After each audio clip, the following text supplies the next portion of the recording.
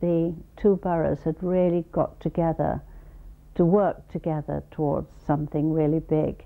It was not a fundraising event, but it was very much a consciousness-raising event and was highly successful. The heat is on is the message on the thermometer board newly erected in one of the porticos of the town hall.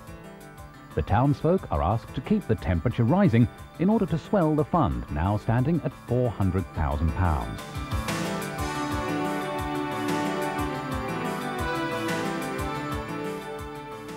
Sunflower Week, since its launch in June 1994, has become an annual week-long event. The sunflower is the national symbol of hospices. The Walk of Hope has also become an annual event involving more than 20 churches and raising thousands of pounds.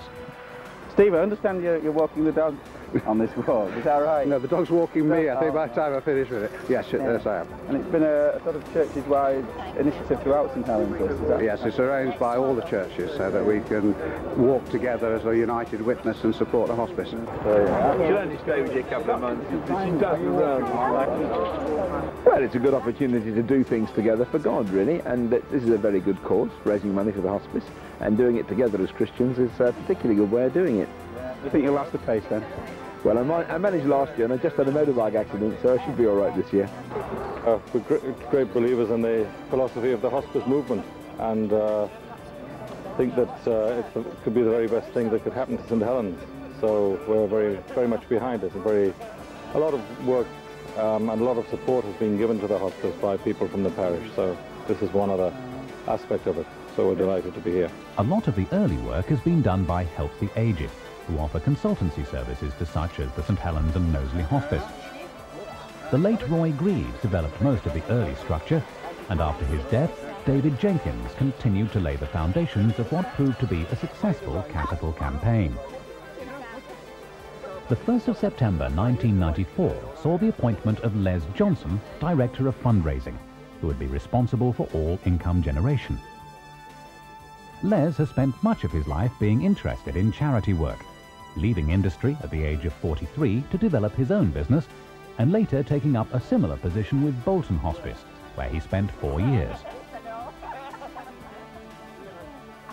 Rising temperatures on the thermometer boards, the newly erected signpost at the hospice site, and the constant media attention are all reminders of the hospice appeal. And a reminder of the generosity of Knowsley and St Helens folk went on display in Church Square, St Helens, on the 18th of February 1995, as the workers for the Hospice Appeal Fund celebrate the magic £1 million mark. You've raised £1 million towards building a hospice for the community. We're very pleased to have the Mayor and Mayoress of St Helens, the Mayor and Mayoress of Knowsley, who've joined us today in this celebration. Ladies and gentlemen, if you would like more information about the hospice, please come and talk to us. Identical twins, Louise and Joanne Watkinson, have been invited to make symbolic donations of £1 each to Mayor and Mayoress Councillor Harry and Mrs Frances Bailey, and also to Mayor and Mayoress Councillor John and Mrs Margaret Fletcher. The donation symbolises the millionth pound collected, and the first pound towards the remaining £800,000 needed to build and equip the hospice. Granada Television News ended on a happy note that day as they televised footage from the event in their tea time bulletin. The enthusiasm and dedication of the team of fundraisers, seen and unseen, the hard work and efforts of administration staff and the management team would soon be rewarded as they continue to dream up new ideas to capture the imagination of those who would give financial commitment and support the appeal. Every opportunity was seized to maximise publicity for each new event.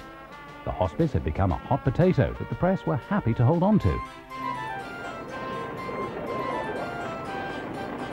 Okay, looks like we're off and running.